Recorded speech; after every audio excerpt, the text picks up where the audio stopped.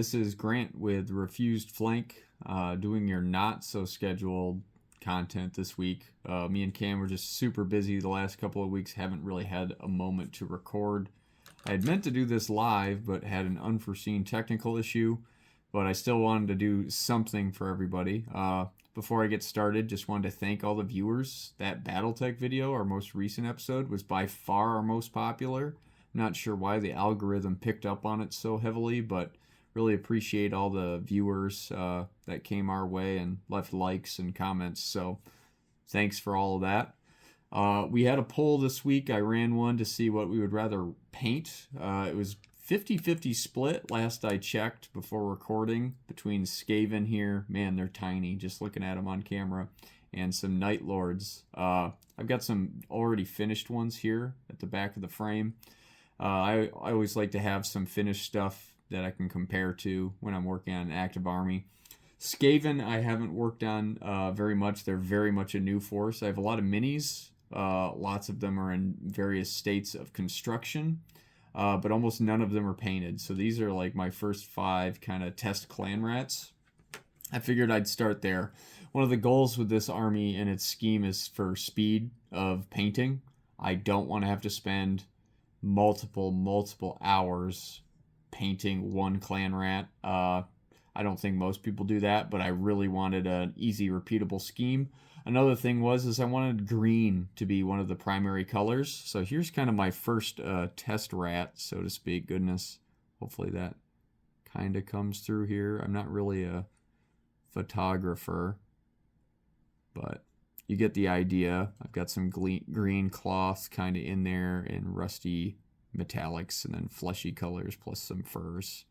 Pretty simple, and I've got some that are kind of already in various stages of being done. A lot of this is just speed paints from Army Painter, and then I've done a little bit of touch-ups, especially on skin, but trying to minimize that as much as possible. Nightlords, not my favorite scheme to paint. I think I've said in the episodes before, it's pretty involved. Not my favorite thing. I think it comes out well after a lot of TLC, but again, pretty involved. Here's another finished Chaos Marine with a plasma gun. We typically play Warhammer 40,000 4th edition in our current campaign, so we don't play the current rules, although I know this is a very new kit. I just couldn't say no.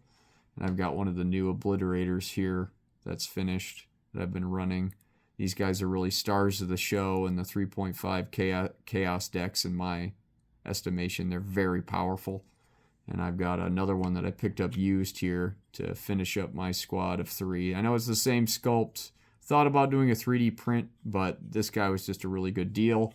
And then some of these other ones have some of the Forge World helmets that were like the Terror Squad ones that I found used that were just kind of hidden away. Got a good deal on them. So I've got some various blokes, and then I've got a 3D printed like cultist guy with a heavy stubber. I'm using the rules for traders is what the unit entry is called for these guys from the back of the Witch Hunters book. Our group is graciously allowing me to use them basically that entry as like cultists basically. They're basically just guardsmen with infiltrate, which is really cool for 8 points a model, but they only have a 5-up save, so they die to bolter fire nonstop, but they're fun.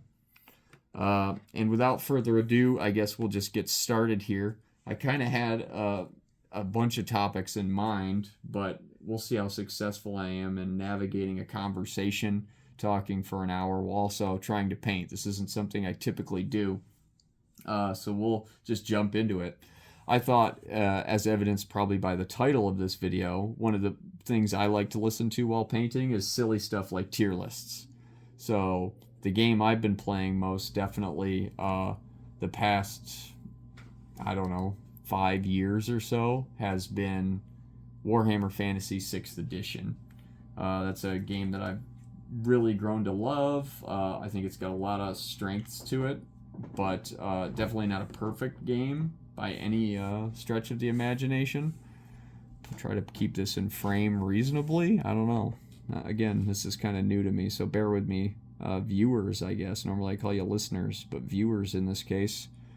Um, and but again, that's a system I have a lot of experience playing in a very non-competitive sense. I've ran, I think we're up to 2 campaigns, but this Skaven army will be my 3rd one. We've played a little bit of the old world, me and Cam, but very little overall. Frankly, I think I was left wanting by the first kind of rendition of the rules.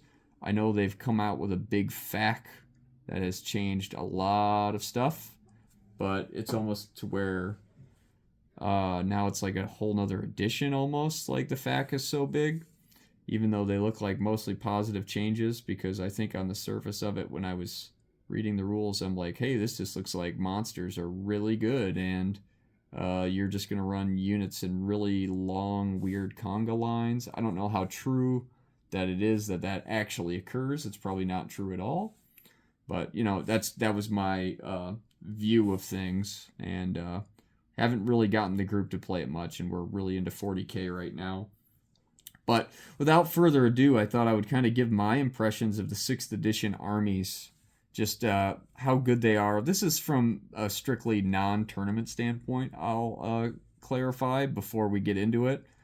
So I'm not thinking in terms of what is going to do best at Resurrection or whatever. Now, I think there's going to be some correlation there, but I don't necessarily think that my tier list is indicative of like competitiveness. This is just what I think the best armies are generally, kind of from a power level perspective, but again, I'm not a tournament player really anymore, so take everything I say with a grain of salt. This is just me waxing as I paint some Skaven here.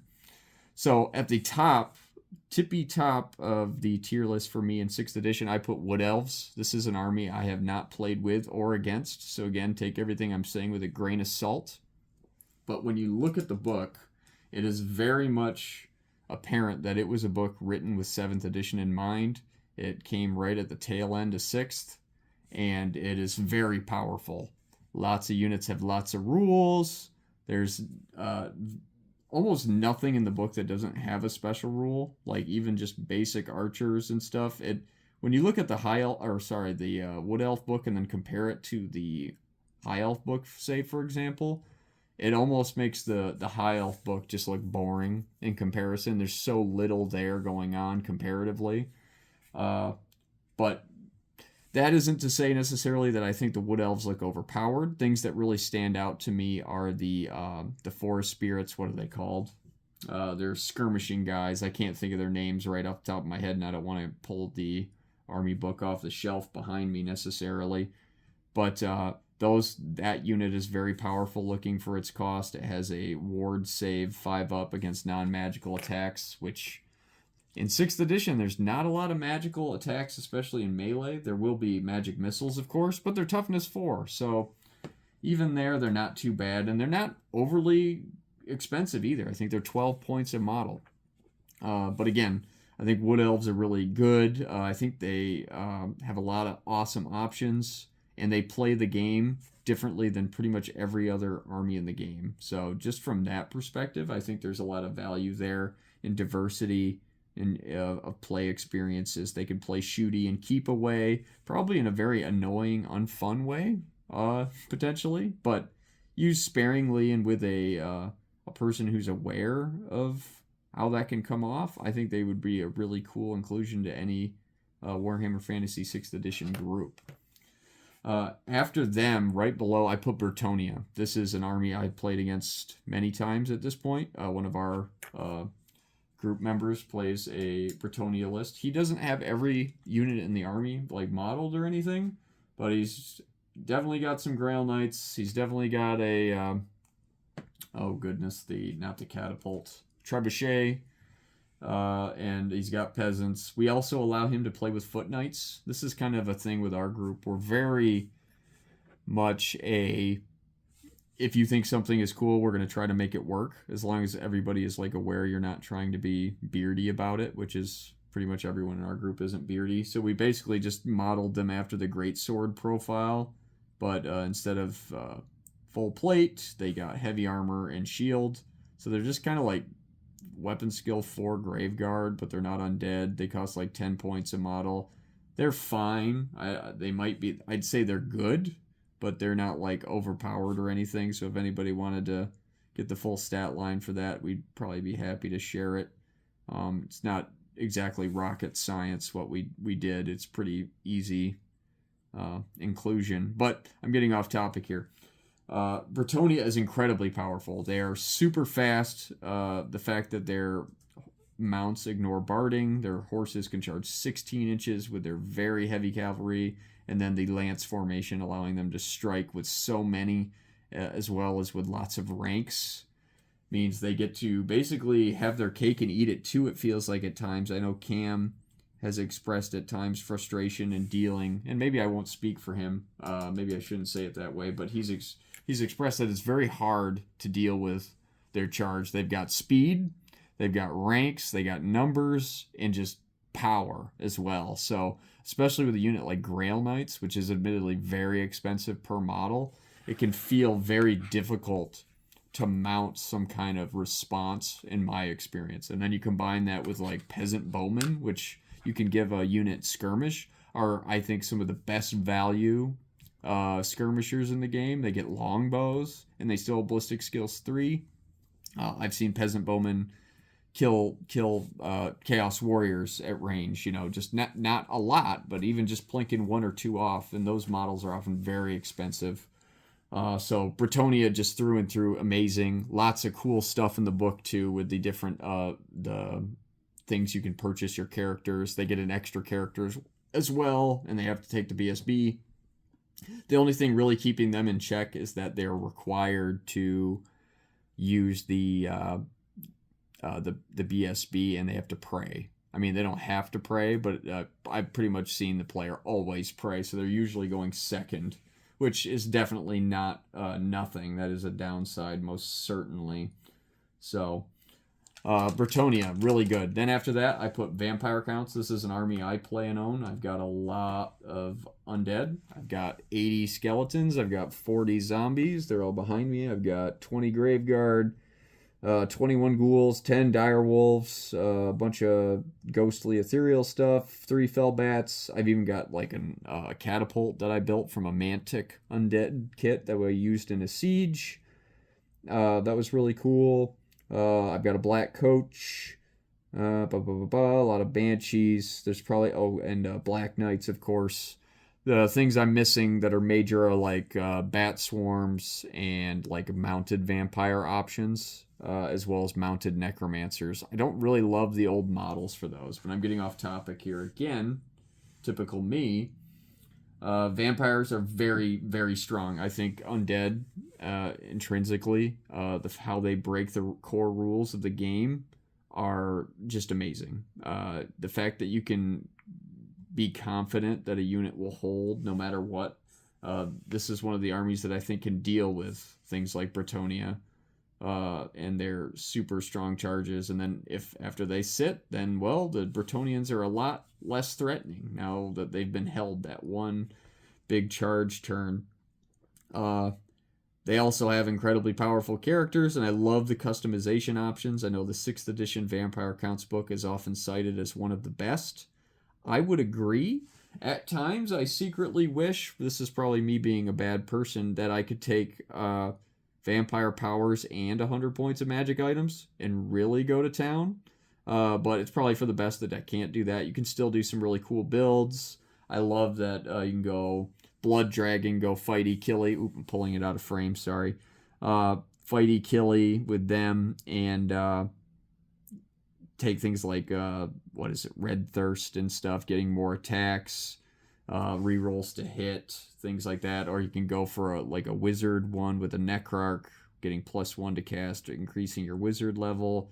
Also, their thralls have access to arcane items, so you can get a cheap guy for Dispel Scrolls if your group plays with those, which I think I've talked about this before. I've really come around on. I think when we were first getting into the 6th edition, kind of retroactively as a group, we did not like Dispel Scrolls. We thought they were kind of like turning off the fun.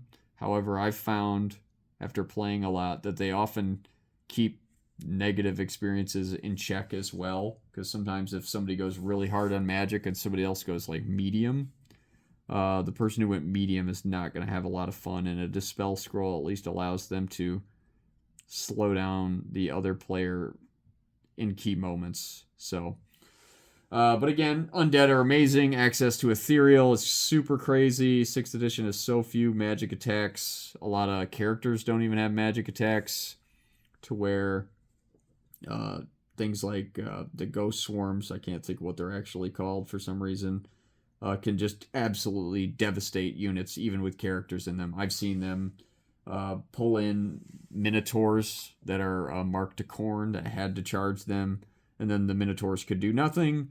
They did like a couple wounds to the minotaurs in combat, and then they broke and ran them down. And it's just like, feels so powerful in certain matchups. Thank goodness I think they're limited to 0-1. Otherwise, they are a problem probably for the game.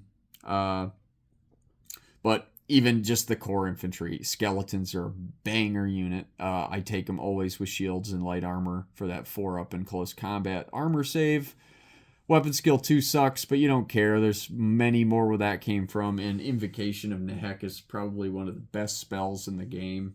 The fact that you can get a 3+ to cast spell guaranteed even is just so good. I just can't overstate that enough. Being able to almost guarantee that a spell won't like fail, like they have to spend dispel dice to try and stop you, feels really good. And then you combine that with certain other items that they have. The Rod of Flaming Death is really good. They just have to spend dispel dice on that because it causes a panic check when it causes wounds. Just really good intrinsically. I think vampire counts take a lot of matchups and turn them on their head just because of how undead works. Sure, they're a little slower or whatnot, but the vampire characters are incredibly powerful and killy. They have access to excellent magical characters and units and things. And again, just undead core rules break the game a little bit. After vampire counts, kind of at the bottom of the, I don't know, S tier, if you want to call it that, I put just chaos. And this is like chaos as in all the Hordes of Chaos and the Beasts of Chaos books, like mashed together with all the options that they could muster. I think there are some very potent combinations hidden in all those books. I know in tournament reports and games I've seen where it's like you see a Tzeentch magic dice spam army that looks frankly unfun to play against, but maybe it's super winnable. I'm not sure. I haven't played against it, and I kind of am drawn to that because I like magic. But players who have played against that type of list, let me know, is it totally unfun or not? But they could do really powerful things like that. Nurgle, I would say, is a little bit weaker. Fear is really expensive, and their units are typically expensive, but probably not unplayable. I like Nurgle Minotaurs, where you can give them an 5-up scaly skin. I think that's pretty cute. Gives them maybe some options for getting armor saves. Probably not as optimal. Khorne is really good. I don't think it's necessarily the most interesting to play. I think it kind of, I won't say it plays itself. There's definitely a lot of choices to make, especially during deployment, but it's a lot of run forward and get into charge range, get into melee, and then my guys are frenzied. I'm going to kill you, and that's kind of it feels like at times. But if that's your bag, if that's what you like doing, man, you can't get much better than Khorne Minotaurs. Stuff like that with like additional hand weapons. It's like, yeah, I got 5 attacks each, weapon skill 4, strength 4. I'm chopping blokes. And I've witnessed that, and it's very bad. And then again, you have the vampire count counter. But Chaos as a whole, so many options. I think Slaanesh is a little plain. I think they probably get more interesting options later. In 6th edition, it's a lot of immune to psychology, which is good, but I'm not blown away by that. I feel like they could have come up with something more creative. Khorne with Frenzy makes sense. Tzeentch giving magic dice makes sense. Nurgle, Fear, I think they did better later on once they started giving higher toughness or maybe forms of regen or something, I think would be more appropriate. So if you were to house rule things to make things better, I would look at Nurgle first and foremost. But regardless, I think there's some really interesting combos just because it's basically 2 books put together. There's so many things you can do.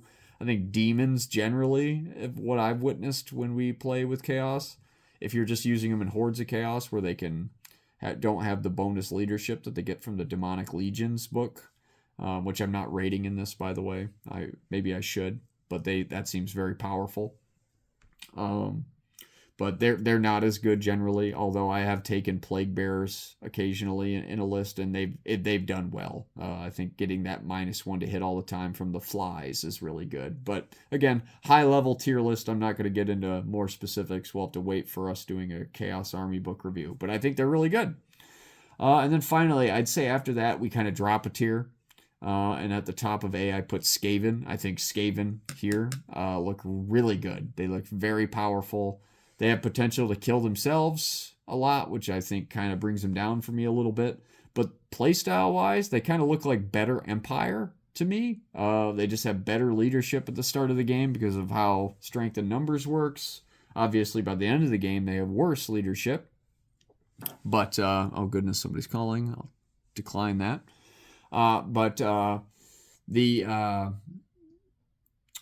Lost my train of thought there, viewers. Sorry, but Skaven, they have excellent specialist troops. Things like Jezzails look amazing. I've got 5 that are unbuilt that I got to do back there at some point.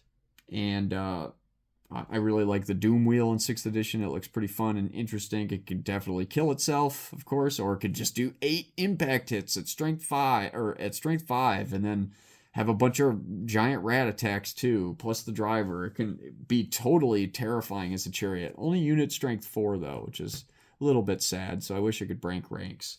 Oh well. Warp lightning cannon, and then of course there's the warp lightning spell that they can spam with their warlock guys. I can't think of what they're called, but you guys know what I'm talking about. That seems very potent. Probably overpowered if we're honest with ourselves, but I think it's balanced by things like in Clan Molder, for example. I don't really rate things in that kind of clan very highly. Also, certain Eshin stuff, specifically Night Runners, I don't think are good. The fact that they're skirmishers, this is one of the few armies where being a skirmisher is a negative because you can't get rank bonus, thus you can't get your leadership bonus. So it's really ends up being, in my experience, kind of a pretty big negative. So kind of a sad time there.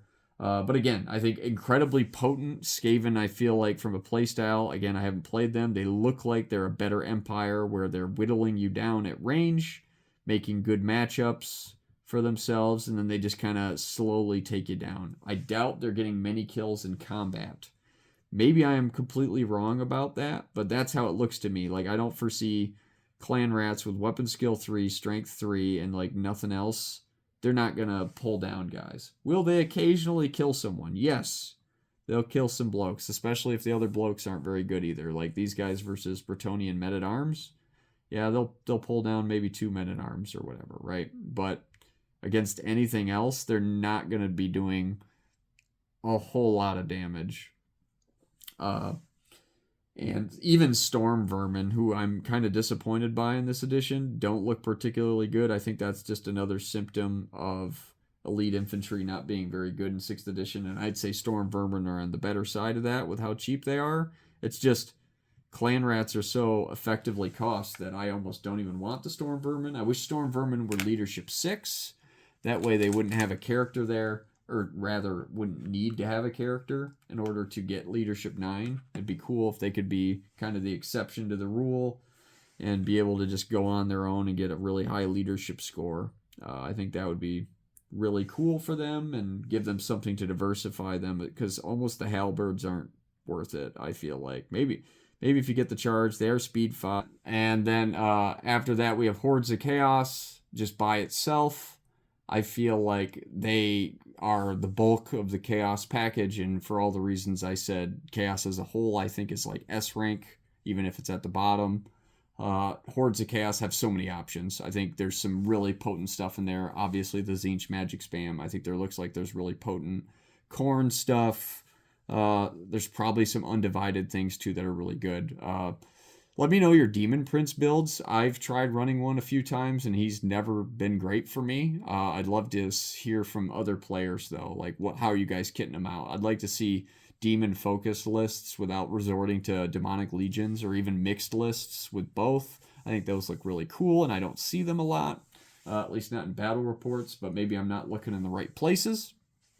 After Chaos, Hordes of Chaos, I've got Lizardmen, kind of at the bottom of A tier. I think they're amazing in so many different ways. Listen to our review that we've already done. I think it was episode 3 of Refused Flank, where we go into much more detail, but they're probably the best starter army in the game. Cold-Blooded is a phenomenal rule that allows them to get away with things that pretty much no other faction does get away with. Just that 3d6 drop, the lowest, or rather the highest, sorry, on their leadership checks, goes so far in making them last. It basically feels like their troops, and I haven't done the math on this, but it feels like their Source Warriors are like leadership 10, which is just obviously the best in the game for troops. Like even dwarves are just 9s. So I just have so many good things to say. Also, thematically, the army's so cool, but I guess that's not what I'm rating on here. I think it's got a lot of power options. Skinks are incredibly annoying. I know I've caused my opponents a lot of annoyance with them, with just how skirmishers, how potent they are in this game. And skinks are some of the most potent. Poisoned attacks on those blowpipes and javelins has resulted in a lot of wounds on units. I've had a game against, again, Khorne Beastmen with lots of a skink-focused army. And I had a situation where basically all these coordinate units just ran straight at me. And they got really close. They were like maybe 18 inches away at the start of the turn, so they moved up 12 to all these Minotaurs and stuff. So they were within like 6 inches of all these skink units, which you could argue maybe that was a mistake on his end, but he was just trying to maximize that I couldn't get away from him, so he was going to get the charge next turn, right? Makes sense. But I basically stood there double tapped with everything, all these blowpipes, and I just killed, like, I rolled very hot, but I think between magic and them, I picked up like 3 or 4 Minotaurs, and it just felt incredibly powerful. And I've seen Lizardmen kind of just not really have a weakness. You could argue maybe long range shooting, but their magic, especially if you go with a Slann Mage Priest, is so interesting, diverse, and powerful that you can... He's got access to all the lores. You can go fire with magic missile spam. I like light. I like death. I've ran death against Cam. We did a battle report on that. And if you get life, drain life, that's incredibly powerful. Temple Guard, I think, are a little meh, but they're not so bad that you can't use them, fortunately. So, again, pretty high rated for me. Then we have B rank, where I have some... most of the armies, I would say. I think there's really not bad armies in 6th edition. I think any army can win. I do genuinely believe that. But I would say these are like solid, but they're not blowing my mind, I guess, from a power level perspective. At the top, I put the 6.5 Ed Dwarf book. I think there's just some really powerful options in there. If you play them gunliney, they can be very probably unfun to play against for some people, but potentially very powerful. Lots of consistent war machines, very efficiently costed heavy infantry, especially iron breakers, reduced cost on longbeards, as well as I believe hammerers from the 6.0 book. Just a lot of good things that they can run with and cause a lot of suffering. So I think the Dwarf 6.5 book, again, we've kind of done a review on that already. So let us know what you think of that book. I'd be curious to hear if other people disagree. After them, I put the High Elves. This might be controversial. I think the High Elves are the most internally imbalanced book. By that I mean... there are units in the book that are incredibly good from a competitive standpoint, but there are also units in the book that I think are terrible. Some of the worst units in the entire game. On one side, you've got, Silver Helms, the kind of medium/heavy cavalry. Movement 9, Elven Steeds, absolutely amazing. Doesn't really get better than that. And so even with barding, they're still charging 16 inches like Bretonians.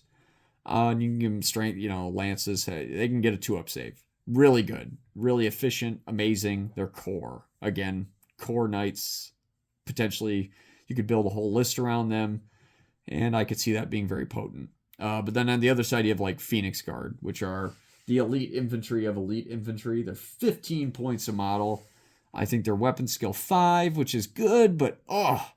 And then they have heavy armor in a like a halberd, and they cause fear. Fear is good, but man, 15 points. That means if you really want to take advantage of fear, and if you're taking them, you probably want to take advantage. You probably need to take a unit of 20. So that's 300 points before you take your champ, before you take your musician, before you take your standard, which you're taking. And I don't know those costs off hands, but this is an incredibly expensive unit. And it's taking a rare slot to where you're competing with bolt throwers, you're competing with the Great Eagles. Oh, it's just so many opportunity costs. It's just better, unfortunately. And that's kind of the story of the book. But I think those powerful options, like the Silver Helms, like their cheaper magic items, like some of their, honestly, they can go very magic heavy, which is on brand for them, and very potent, I think are very powerful. So that's why I kind of put them at near the top here. I think they're good options. Great Eagles are so annoying and so efficiently costed. Man, oh man. And they get 2 per slot. We have a high elf player in our group who I think has taken 4? I don't know, but he almost always has 2 in every list he has. He's got like 2 Great Eagles. So it can quickly just be annoying, and they're just tough enough to be a pain in the butt to deal with, and they're certainly strong enough to kill War Machine Crew. So certainly something to keep in mind. Below them, I put the Tomb Kings. This is an army we do not have represented in our group, and I've never played. However, I own all the books, and I've definitely read it numerous times because I just like undead. And they're the Egyptian take on undead here. Big differences are they can't resurrect above maximum size for their units, so vampires can make skeletons infinitely big. They can make zombies infinitely big. Tomb Kings, they are maxed out at the starting unit size. I do like how their magic phase works, where they can't have, what is the word I'm searching for? They can't fail. They can't miscast. It's just going to happen. I think that's really cool and powerful. But then I don't like that they have to follow this weird kind of sequence of events where it's like, first you go with the high priest, and then you go with the normal priest, and then it's the prince or the king, and then the prince, and then there's the standard bearer, and then there's the casket or whatever. I think that can get a little... I'm not sure the fluff reason behind it. I wish you had a little bit more flexibility there. And you could just get unlucky, and some of the spells are meh. I feel like you're going to really go for the one that gives you like an extra shooting attack, and you're going to put that on the Screaming Skull Catapult. And people are just going to save their dispel dice for that. And then, I don't know, a lot of the other ones are more situational, at least initially in those opening turns. So I feel like initially, again, it's going to be a little harder to get off the things that you really want to get off. But again, haven't played with the army. I'd be curious to hear what other people feel about that. Because definitely one I haven't experienced. I do love that they're Tomb Prince. The hero choice that they get before 2,000 points is Toughness 5. Love Toughness 5 on my heroes. I didn't bring this up in the Skaven, but I love the Plague Priest for a similar reason. I just think in small points games, that is so hard to deal with and also just interesting. I wish more armies had that. Maybe it would be less interesting if more armies did have it, but Tomb Kings, that's kind of their thing. They have bad armor or whatever, bad armor, but high toughness values. So I think really good for a lot of the reasons that vampires are good, but they're just less vampire-y. What they get in exchange, I guess I didn't highlight, is the arrows of the asp. So all their shooting attacks, all these bows that they can take, always hit on 5s. I think that's kind of cool. Shooting in sixth edition isn't particularly powerful, so I'm uncertain about it. But I could see maybe you take units of 10 archers, right, and just go one wide or hope for hills, and you just move up 4 inches every turn and just shoot a ton of bow shots. Is that viable? I have no idea. It doesn't sound super viable. Maybe it is against some armies. I could see like against skinks or whatever, or lots of skirmishers. Always hitting on fives sounds great. You just move up, you shoot. Who cares what they are? You hit on fives, you do damage, right? Awesome. But against stuff that's toughness 4 and with good armor, like dwarves, I feel like they just laugh at you and then shoot you back and kill you. I guess you can resurrect, but dwarves are probably shutting you down there too. So it's just kind of matchup-y. But again, tell me where I'm wrong. I like that their flyers are toughness 4 as well. Again, versus say fellbats. I think those are improved. Chariots, and they can do chariot units. I think those seem really good. The light chariots, I don't know how super effective they are. If you could just literally take 3 chariots and just ram them at the front of say a unit of 20 guys, 5 wide, 4 deep, say swordsman, for example. I don't know how that goes. I imagine the swordsman on average would hold, but maybe I'm wrong. Maybe they totally lose that combat, and I'm totally underselling and underrating the Tomb Kings. Worth noting, too, they can't march ever, which really stinks. The vampires can at least march within the general. Tomb Kings can just never march, so they're super, super slow. Honestly, because the infantry can only move 4 inches a turn, dwarves can at least always march. So dwarves can move 6 inches.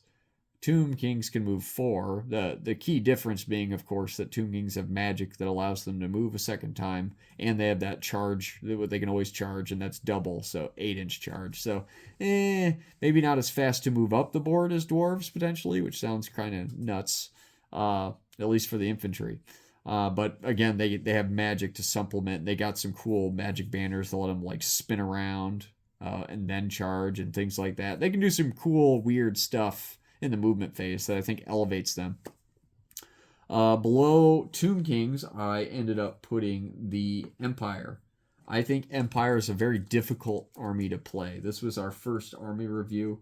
Both Cam and I have played it. It's really his army, but it's just such a pretty army to look at. Number one, it's just a gorgeous. I just love the miniatures. The first party miniatures for Empire are absolutely tremendous. I find they are some of the best. Maybe not like in terms of quality, and by that I mean like how the quality of the sculpts, but the vibe, the theme. I absolutely love the Landsknecht. I don't know how to pronounce that correctly, but I love that look with the poofy sleeves, the big cod pieces, all that kind of German 1500s Reformation, Wars of Religion vibe. Love it to death. And nothing else really in the gaming sphere I feel like does that. So they're really unique. And again, in fantasy, they have access to all this black powder. They can put down more high strength, and by that I mean strength 4 shooting than any other army. Dwarves can do it too, and maybe more accurately, but they're paying through the nose for that. Empire can just absolutely spam shooting if you're willing to do that. And I imagine powerful lists with them really leverage detachments, so like 5 guys with handguns, and just putting down shots. And if they die and panic off, nobody cares. If they get completely exploded by a fireball, they don't cause panic. So I feel like a lot of the power is there. They have some really good magic items too. There's that one banner that I can't think of it. The Griffin banner doubles rank bonus. That is kind of disgusting. And then there are also the detachment rules, just kind of with the counter charge and stuff. I find that's very difficult to pull off most of the time, especially against players that know how it works. They're not just going to walk into a trap that really just screws them over, because it's like, as an opponent, and you see the counter charges there, in my experience, I just go, well, if I charge and you counter charge, I just lose that fight, so I can't so I can't charge you. So I have to try to do something different. Now, against, say, Khorne or Frenzied troops, I guess you could really set that up as a kind of a wombo combo, like, uh-oh, I gotcha. Now you have to charge, and etc., etc. But I don't know how often that's really coming up. Maybe it's coming up all the time. Not really certain. I feel like it's not, but who knows? Um, and I find when you're a player who's just picking up Empire for the first time, especially if you've been playing maybe a fighty elite faction prior, you're gonna really struggle unless you immediately just lean into the shooting kind of phase. I feel like that is almost essential for them. Even if you're playing aggressively with infantry, which is kind of, I think, the coolest way to play them, at least from a looks perspective. Um, but, your mileage may vary. Worth noting, too, they have knights in core. Like all the cool armies do, they have knights in core, so you can spam knights, spam horses, and they have a 1-up armor save. Awesome. And you can give them strength 4 on one of the units for inner circle. Absolutely love it. I would, like our review said, I would struggle to not take it unless you're playing a very small game. Which, by the way, we've played a lot of very small games. We do most of our campaign play is like a slow grow league where people slowly build up armies. So if we do fantasy again, I'm going to do Skaven. This is just me kind of getting ahead of the curve because I'll need to. You guys will have to tell me maybe what I need to pick up to be successful. But as it stands right now, I'm kind of aiming for, say, 60 clan rats. I should probably pick up some slaves.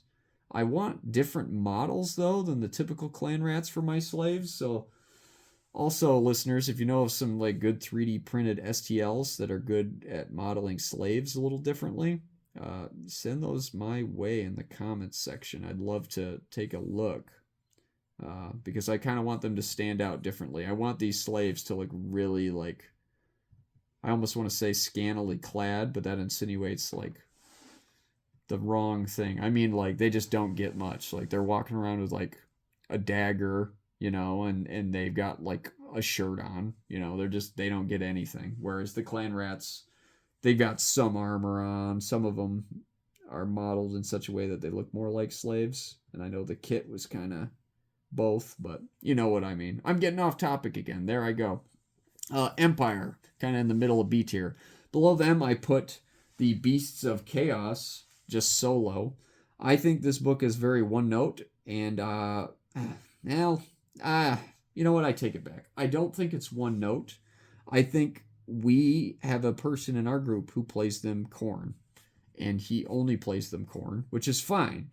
But I think this has led to a kind of situation where the army plays like just run. It has some very strong units in it. I think the core beast herd is amazing. The fact that they can get the benefits of skirmish plus some rank bonus is amazing. Ambush is kind of and I think, admittedly, I think they're amazing with Mark of Khorne, but the Bestigors, 12 points is a lot for. I don't know if they're that much better than normal Gores, but again, once you mark them with Khorne, then it's like whole new ball game. Frenzy, well, let's just go over it. Their weaknesses are usually bad armor and leadership. Leadership being the main one. But Mark of Khorne just means I don't care about panic until I lose combat. So that's really, really, really powerful. I could see Slanesh being good for that reason too. Slangors, if you're immune to psychology, you don't care, right? We're gonna get a fight in. But then Khorne just makes him better at fighting too. So you're kind of double dipping in your benefits to where I feel like Khorne really just marries beautifully with what the Beastmen kind of want to do anyway.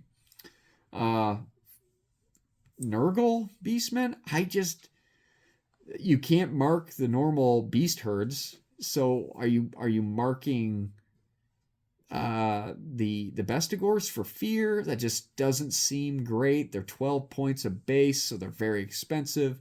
I do like it on the Minotaurs for the armor save, but that might be taking them in a direction that you don't want to. That's making them tankier, not killier. And you probably just want your Minotaurs to kill everything. And then they don't have to worry about getting hit because they killed everything. So one of those things. But again, I think their strength, if you're not playing them with core, is going to be with the Beast Herds unit. And the Doom Bull is also amazing. Love that character. Pardon me. Talking a lot. After them, I put the orcs and goblins. I'm kind of thinking maybe this is too low. I played them recently. Admittedly, that was our first time. We haven't played them since that battle report. We've been just so focused on 40K. They are just so random. I feel like it's hard to know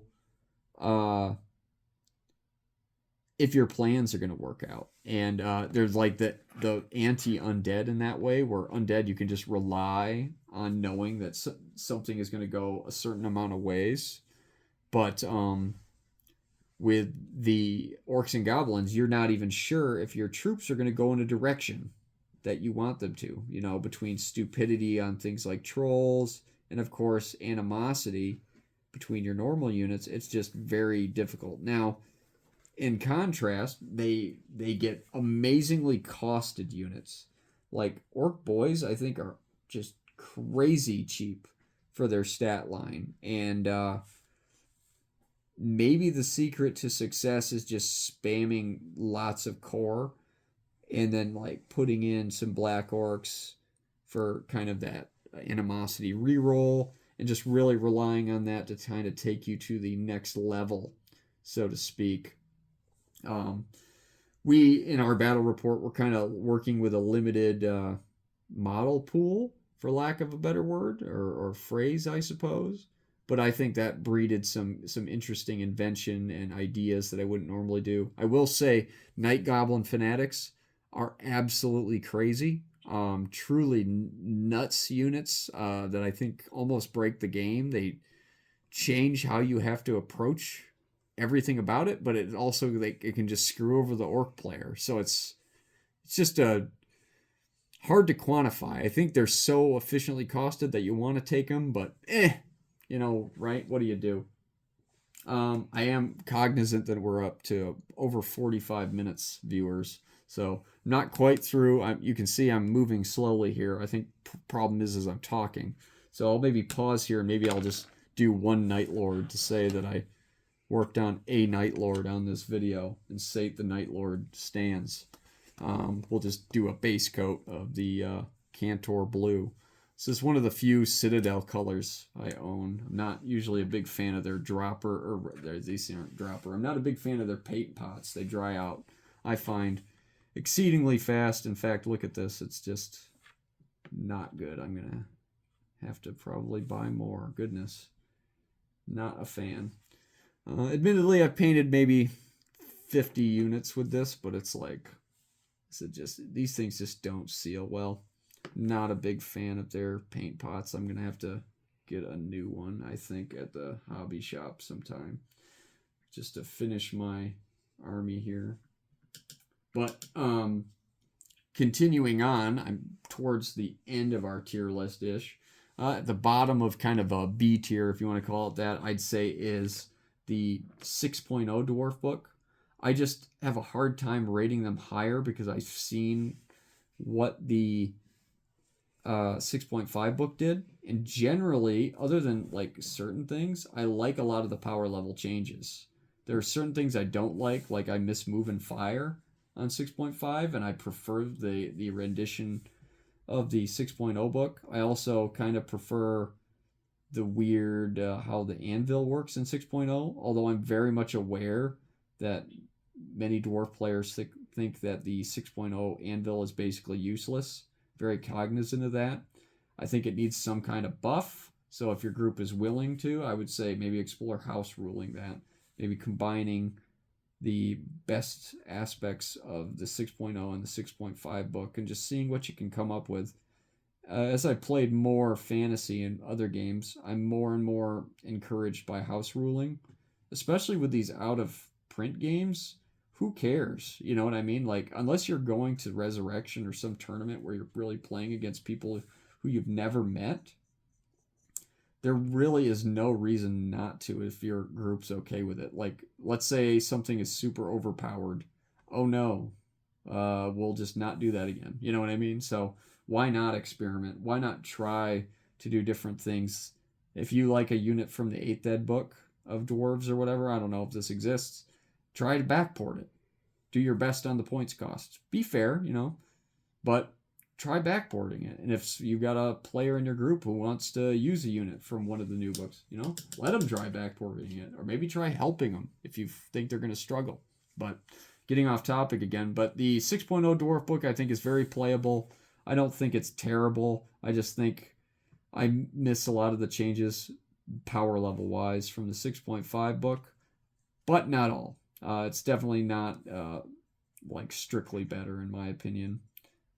So after that, we dropped to kind of my last tier here that I pre-wrote about. You can tell my voice is starting to go as I've been talking for an hour, and I'm painting very just loosey-goosey here because I'm just trying to move along. Hopefully this comes through, and I'm slowly moving away from the camera.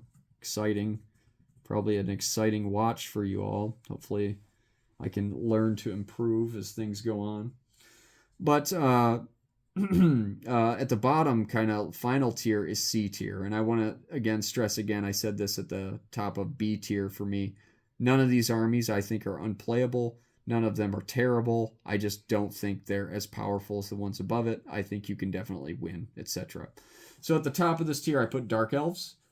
These were the only army that really got a huge change in the midst of 6th edition, where I think the biggest change, there's a number of them, but the biggest change is that warriors dropped 2 points per guy.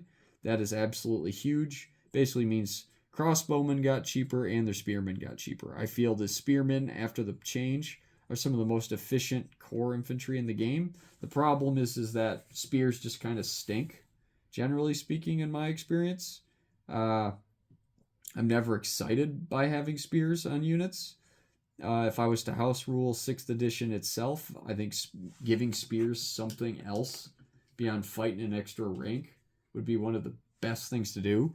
Or, because most units have to pay for it anyway, just giving a straight buff, like letting them parry. I don't know. Maybe that's a little hard to do because of units like the Dark Elf Spearmen, but something needs to be done, I feel, for spears in 6th edition. Let me know what you guys think of that. But again, getting back to Dark Elves, I think they've got some cool units. I think Witch Elves are a really cool blender unit. I think the crossbowmen, the repeater crossbowmen, are definitely solid. They have some really big stinkers in the Blackguard, even more expensive than Phoenix Guard from the High Elf book, 16 points per guy. But the problem is again, just toughness 3, 5-up armor save. Like, that's it, You're just getting heavy armor. So you're just dying to bow shots, but you paid 16 points for this guy. They do get a little more killy with the update. They get basically hatred all the time, which, love it. I think that's super fluffy. Dark Elves should just hate lots of people. They're evil elves. Why not, right? Let's give them hatred. Just permanent hatred. I think that's a positive change. I almost wish they gave it to more people. I think they did stuff like that in later editions of the book. Don't quote me on that. I'm not as familiar with, say, 7th and 8th ed. I do know 7th ed Dark Elves got a significant strength increase. The Hydra got much better and such like that. But I think the 6th ed book post the upgrade is very playable. I think the strongest way to play them is probably with lots of shooting.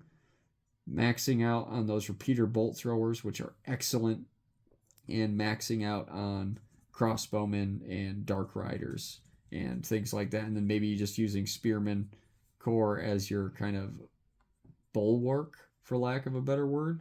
I wish things like executioners look better to me, because I think they're kind of my pet unit. I really like killing blow as a rule. I think that's just fun how it works. But I find it, in 6th edition anyway, there's so few attacks going through that killing blow, except against cavalry, again, except against heavy cavalry, feels kind of unnecessary. Like, I'm already strength 5, so if I'm fighting most infantry, I'm already cleaving through all, if not most, of their armor saves. So it can feel a little bit like just not needed. But again, there are those units like heavy cavalry where that is super necessary and it makes a big difference.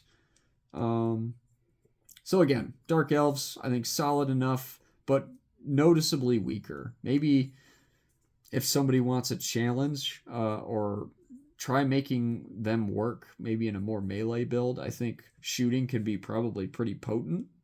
Again, with strong magic too. The dark magic has some banger nukes that I've seen used to great effect, especially if you're not playing in the most competitive environment.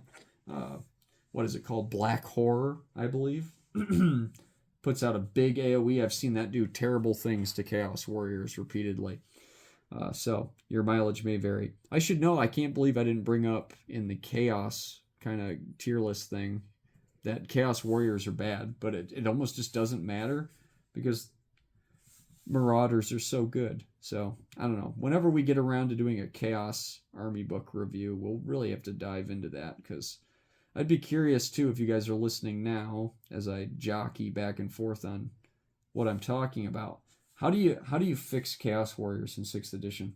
I think that is one of the key things to try and fix if you were house ruling and trying to make things better. Because Chaos Warriors are, like, for me, the definitive elite infantry. Like, you can say whatever you want about Blackguard and Phoenix Guard or whatever, but Chaos Warriors aren't very good, and they need to be good. Chaos Warriors should be good. They should be powerful, and they just don't feel it in 6th edition. They often feel not that great. I'm sure there's some scenarios where they do well, but they seem to be few and far between, in my estimation. But continuing on, below the Dark Elves, I put the Ogres. So for me, unless I've missed a book, I think the Ogre book is the weakest, like, full book army list out of them all. I just think intrinsically they struggle because they don't really get rank bonuses. The fact that you have to go 4 wide really hurts. So to me, it's like you're spamming lots of 4 wide units, or if it's the cannon ones, lots of tiny units of those. What I will say is their character, the Bruiser, the hero, is absolutely nuts and carries the army. Terrifying monster guy. You almost don't need to buy him any defense because he's got so many wounds. And if you just give him the Tenderizer, which is like a great weapon for 50 points that causes like D3 wounds, he's strength 7. He just picks up chariots. He kills every hero in a challenge with his eyes closed. He's absolutely terrifying. By far the scariest thing in the book for me, especially below 2K. And once you get to 2K, you just give him it's just a tyrant instead, which is even worse to deal with. He's just a better bruiser. And then their magic is super cool. I love that it's like buff focused. I think 6th edition didn't have enough of that. And I love how weird it is. It's just very different.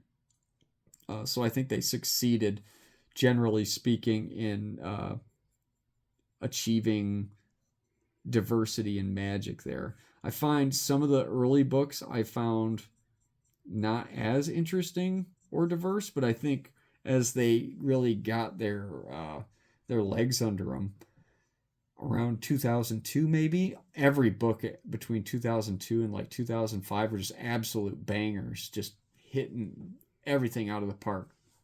But again, ogres, certain stinky units that I don't think look very good. Yetis look incredibly expensive and maybe not necessarily worth it. They're like the closest thing they get to cavalry. I'll note, I think they have like this rhino cavalry that was in a White Dwarf book. They look pretty interesting, but I haven't looked into them enough to really form an opinion. They've got the scrap thrower guy. That looks cool. I think the way to be successful with them, we do have an ogre player, is to have like a good mix of shooting, because you have to have something to throw across the board. Because what I've witnessed in a lot of games when there wasn't any real dwarf shooting and you're not using Noblars to like block line of sight or whatever, or as chaff, your main units are just getting gimped before they get there. And other than the bruiser, who's going to cause damage no matter what, a lot of your secondary and tertiary units are just not doing enough. And then the fact that they're weapon skill 3 on almost everything, even the Iron Guts, it's just so backbreaking because they hit like everything on 4s. And even if and I've seen it happen so many times where it's like you get the Gut Star in or whatever, right? And alt like 4 Iron Guts, and they got like 13 attacks or whatever. and he hits with like 5, and then it's like, oh, okay, and then he like barely wins the combat, if that. Maybe there's a character in the other unit and they do a wound or two, and then you like tie or lose by 1, and it's just, oh, I've seen it happen so many times, and it's really unfortunate when it does happen. Now, at the same time, sometimes you roll hot on those 4s to hit, then you just pick up a unit and you beat them in combat really well, but it just feels swingy and hard to predict. And that's kind of why I rate them a little low. I think they're a hard army to play. I like that they're speed 6. I like that they get impact hits when they charge from that bull charge rule. But not like Baby's Day Off army, not Lizardmen, where you can just rely on that steady leadership. And then just to finish off, I wanted to note the Chaos Dwarf list. I know it's not a full book, but I do think about playing Chaos Dwarves, and I love the Blunderbuss unit. I love some of the weird like hobgoblins and then black orcs, and you can do that. And then the bull centaurs and their cool Earthshaker cannon. I think they're, for me, on the bottom just because they have so few units and so few choices. They don't have a lot of cool magic items. They're very limited, and for that reason, I put them on the bottom. Although they look like a fascinating army to play. I would really like to get somebody in the group to maybe do that sometime. I don't know if it'll be me or what, but they look cool. So again, just going from top to bottom, I got Wood Elves, Bretonia, Vampire Counts, Chaos like combined, then Chaos, Hordes of Chaos, or sorry, Skaven, then Hordes of Chaos, Lizardmen, Dwarves 6.5, High Elves, Tomb Kings, Empire, Beasts of Chaos, Orcs and Goblins, Dwarves 6.0, Dark Elves, Ogres, and then Chaos Dwarves. And then I've got a few just rapid fire questions that I got sent to me. So I'll try to go through these real quick, and then we'll wrap it up here. All I really did on my Nightlord, sorry, Nightlord voters, was basically base coat the blue. Woohoo. Made some progress. And the rats, we've made some progress too. So, exciting. But here's those rapid fire questions. Number 1, what game are you most experienced in? Probably War Machine Mark II is still the game I've played the most in my life. That's a miniatures game, straight up. I played that a lot in 2010 through like 2015. Warhammer Fantasy 6th edition is probably at its heels at this point. We've played a lot of games of that, but I think War Machine Mark II is still the game I've played the most number of games. Number 2, what are your current gaming projects? Well, you're looking at 2 of them. Nightlords, Skaven. I've also got a bunch of Celtic people I want to build for Hail Caesar. I've also got a bunch of Battletech. So those are the big ones.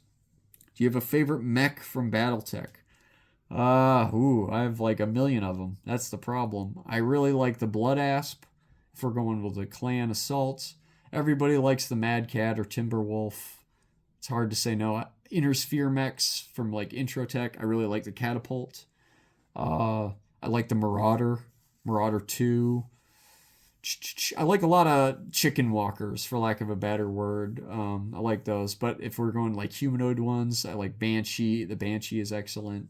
The Commando, Hatchet Man. Answering too many, but you get my vibe. What model took me longest to paint? Probably my Stegodon, which I posted a post on. So if you want to look at a picture of that, I made a post where I was talking about the live stream being canceled. You could look up a picture there. That took probably like 12 hours. What paint do you use? All different brands. I use Army Painter. I've got some Citadel. I've got P3 from my War Machine days, which I still like. Vallejo, Army Painter, War Painters, Fanatic. I'm not really loyal to any one brand. I just kind of look for things. I don't really buy sets very often. I buy singles of paints usually, or I'll go to the store, buy 2, 3 for something that I want to use, and then I just use that, and just over time I've just gotten a lot.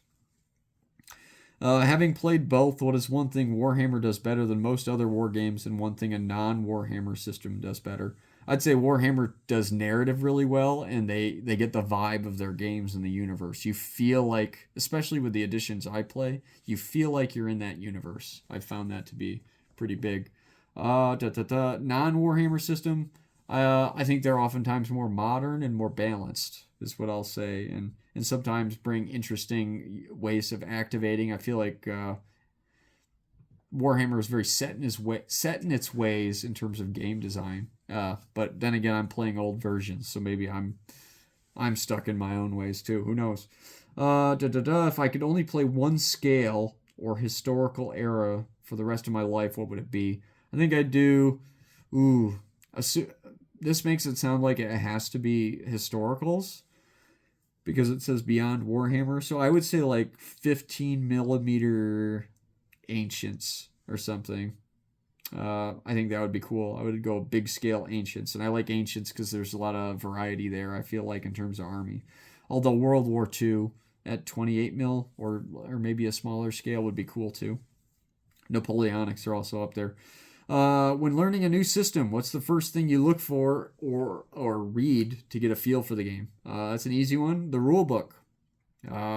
Sometimes websites and stuff are helpful. Sometimes I'll maybe look online, YouTube, etc. But I'd say generally I try to find the rules. But I'm a rules weirdo. Okay, if budget and time were unlimited, what is one epic large-scale battle report or unique project I would love to bring to my channel? Ooh. I don't know. Maybe we could do Armageddon or whatever that's called for 40K, or just do like a 3,000 point game of fantasy and do a battle report of that. Maybe we'll get more than just me and Cam hosting for that. Who knows? That might be cool. Let us know in the comments. What is an unpopular wargaming opinion you hold, either about a rule, a game, or hobby culture in general? I'd say I don't like pre-measuring. I don't know. Is that an unpopular opinion? I don't know. I kind of like guessing ranges and having that visual thing. The randomness inherent for like things like charge distances in order to make up for pre-measuring, I find is kind of weird and introduces something that I don't always love. But I'm not like blown. I've mellowed on this over the years to where I kind of like both ways. I see the advantages of both. Will you be doing BattleTech battle reports? I would say we will at some point, probably once we start playing the game more with the group. Would you rather have to store your entire collection, models, terrain, books, in a single small cardboard box? Well, that just wouldn't fit. Or have a huge dedicated hobby room, but I'm only allowed to paint with a single massive brush? That's a weird question.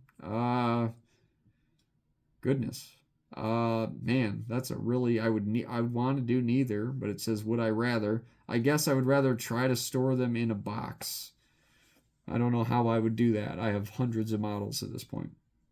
Would you rather be exiled to the periphery, or with a fully functional Star League era king crab?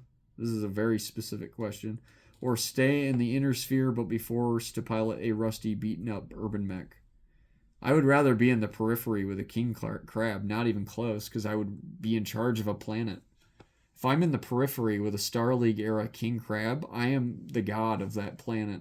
So I pick that, not close. Would you rather have a unit of Bretonnian knights charging your flank, or an orc boss on a wyvern in my flank?